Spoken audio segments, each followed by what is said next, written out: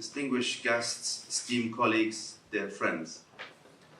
It is with deep humility and great honor that I welcome you all to the Cambridge Massoud Conference. Today we gather here in this historic city of ideas and scholarship. But we gather not for history alone. We gather to reflect, to learn, and to act.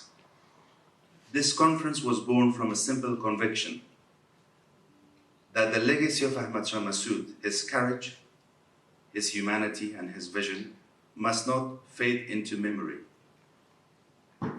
It must remain a living guide for all who care about freedom, justice, and dignity. Massoud was more than a commander. He was a statesman, a poet, a thinker.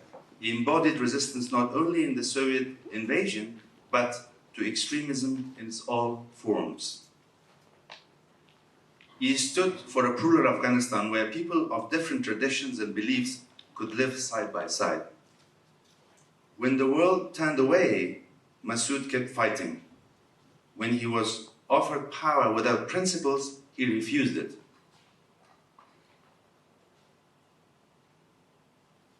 And when his people needed hope, he gave it to them through his words, his example, and his sacrifice.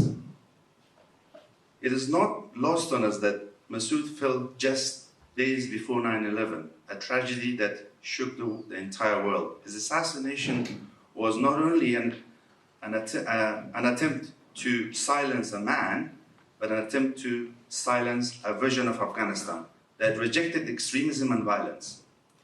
That vision must remain alive, and that's why we are here.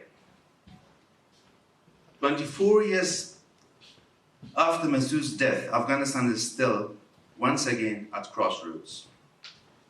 The hope of a generation have been crushed. Women and girls are denied their fundamental rights to education and participation in public life. Journalists are silenced. Civil society is under suffocating pressure. Millions are displaced, both within and beyond the borders of Afghanistan. Yet, despite this darkness, there remains light. That light is found in the people of Afghanistan, in the young girls who continue to study in secret, in the families who endure with dignity in exile, in the activists and scholars who continue to speak out from abroad. It is also found in the gatherings like this. The exiled communities and the diaspora are not broken.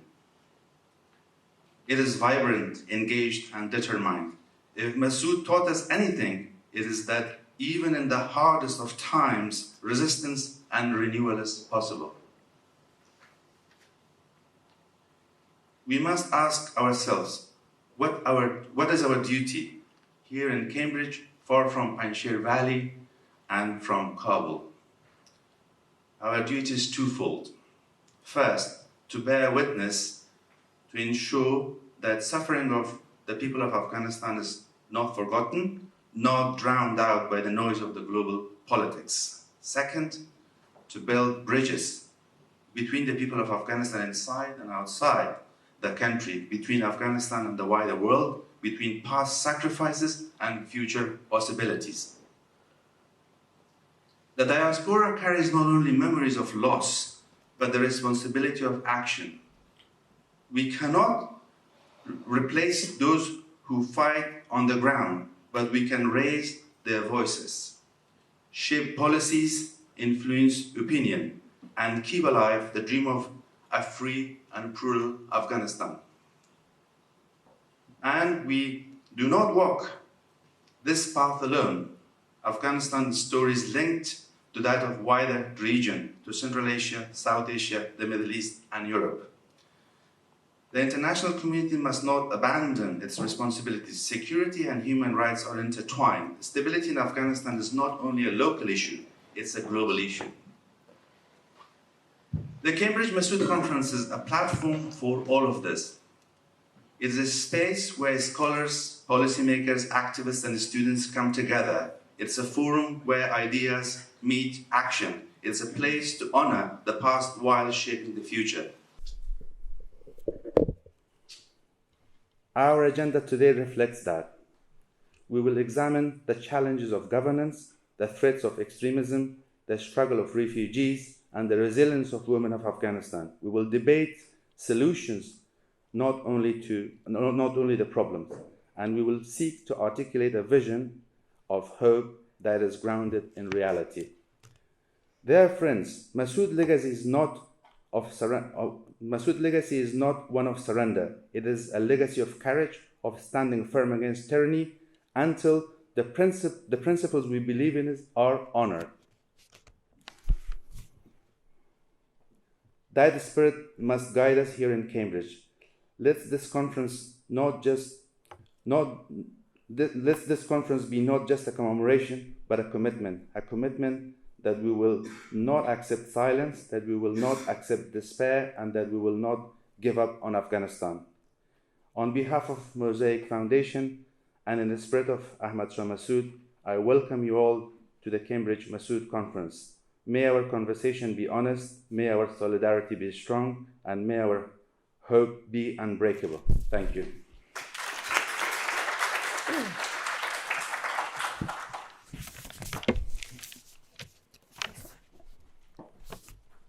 Distinguished guests, dear friends, it's an honor to stand before you at this year's Cambridge Massoud Conference.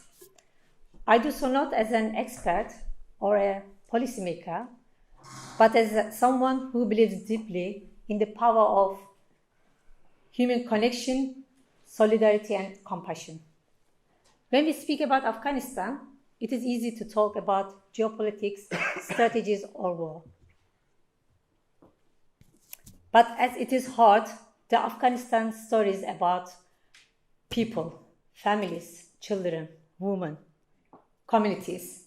It is about lives interrupted and yet lived with extraordinary resilience.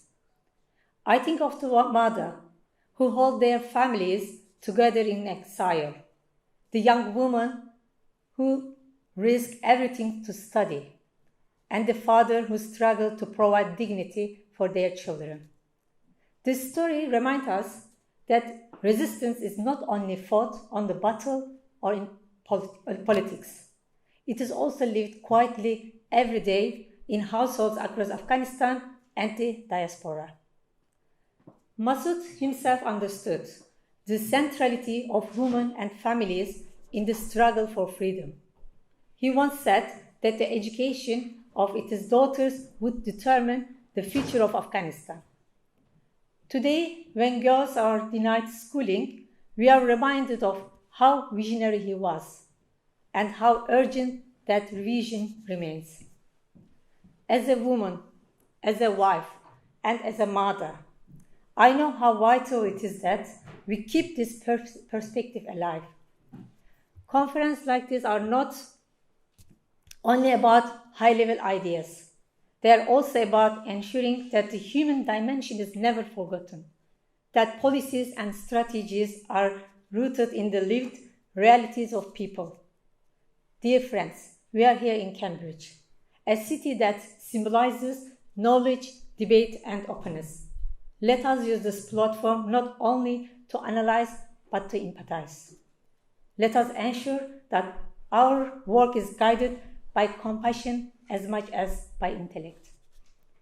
Because in the end, the struggle for Afghanistan is not just about borders or politics. It is about people who deserve dignity, education, and hope. May this conference remind us of that truth and may it strengthen our collective resolve. Thank you.